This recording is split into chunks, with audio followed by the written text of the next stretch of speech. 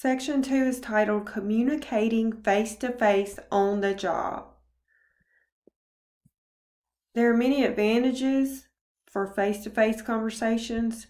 One of those is speakers can use their voice and their body language to make a point, to convey warmth, and to build rapport. Another advantage is that speakers are less likely to be misunderstood because they can read feedback and make needed adjustments.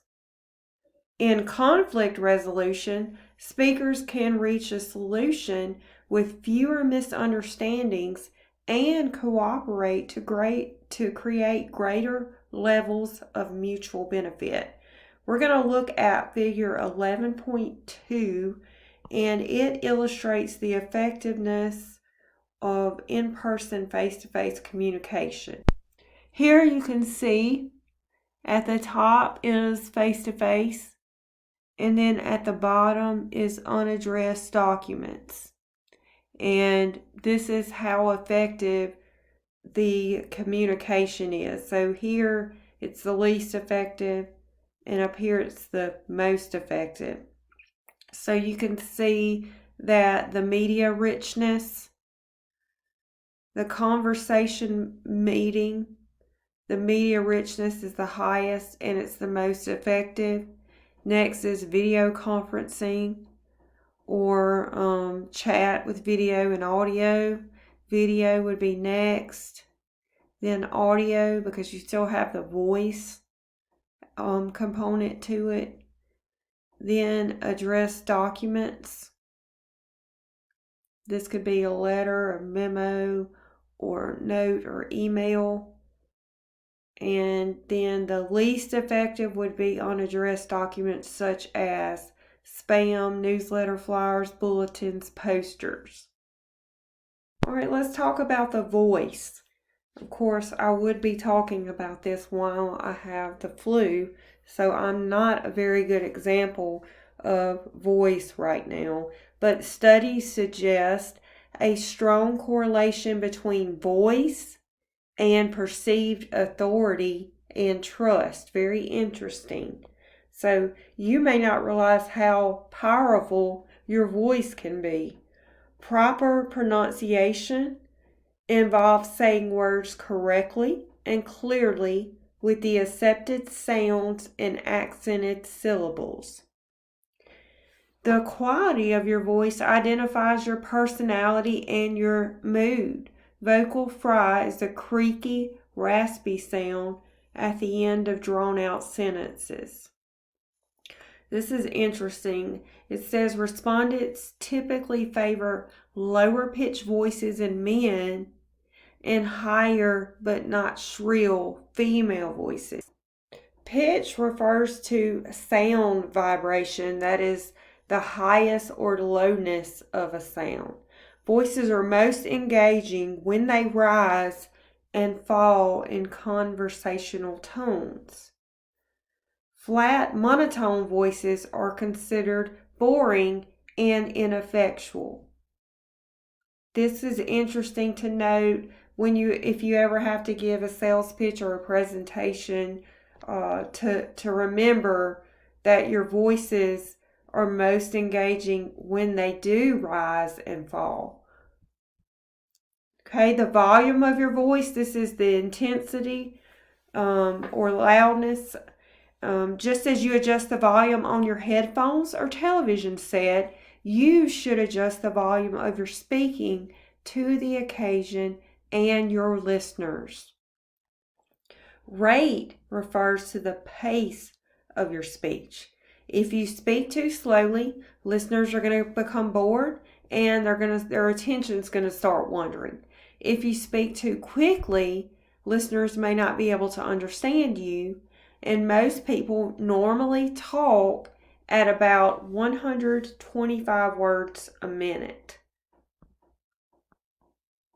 Uptalk is a habit of using a rising inflection at the end of a sentence, resulting in a sing-song pattern that makes statements sound like questions. And uptalks make speakers seem weak and tentative, and their message lacks authority. Employees may be sabotaging their careers when they sprinkle conversation with annoying fillers also, such as like, actually, and basically. Remember, it's okay to pause instead of using those fillers.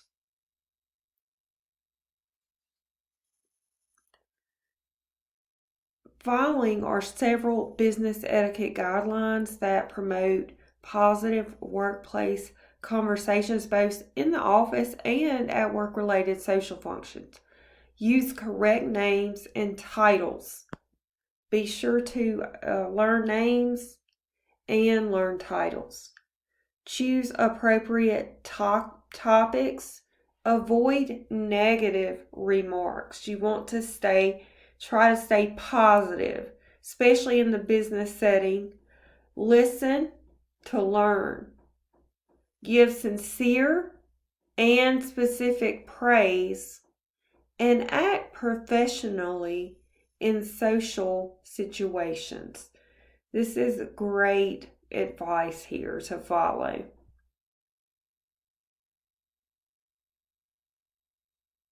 Okay, so receiving workplace criticism gracefully.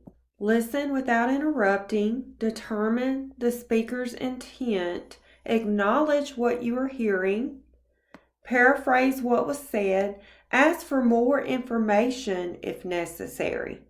Giving and receiving criticism on the job is normal.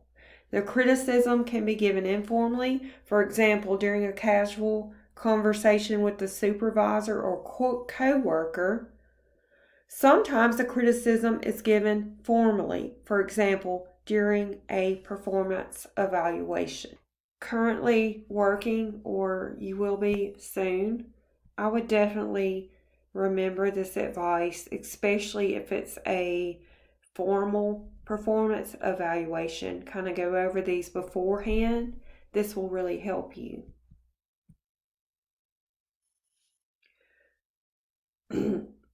Here are a few more. Agree if the comments are accurate. Disagree respectfully and constructively if you feel the comments are unfair.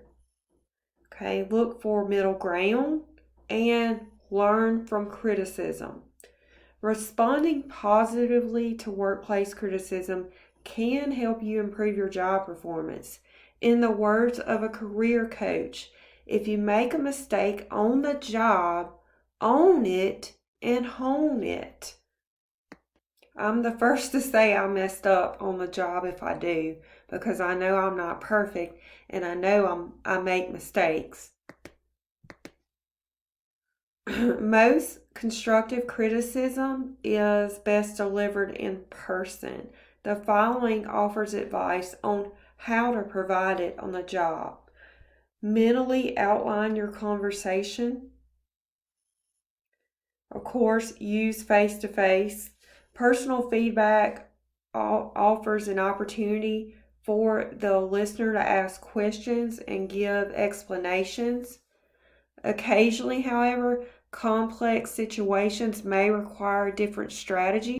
You may have to provide constructive criticism in writing or by telephone. The benefit to doing this in writing is you have time to organize your thoughts and put them on paper, and it just makes it a lot easier to deliver the constructive criticism because you do have time and you can put thought into it, but you also don't get that face-to-face feedback. And remember, if you do have to do this in writing, that written documents create permanent records. So this is important anytime when you have to put something in writing. When you're providing constructive criticism, be sure to focus on improvement. Don't make them feel like you're attacking them. Focus on improvement, offer to help, and be specific.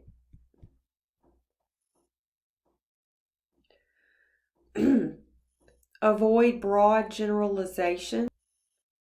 Discuss the behavior, not the person. Use the word we rather than you. Encourage two-way communication. Avoid anger, sarcasm, and a raised voice. Keep it private. Offer praise in public. Offer criticism in private. And setting an example through public criticism is never a wise management policy. Never criticize in public. Human resources experts warn executives that the only morale-saving, courteous way to fire a worker is in private and face-to-face, not by letter, email, voicemail, and least of all by text. Otherwise, the remaining employees will be afraid to trust the boss.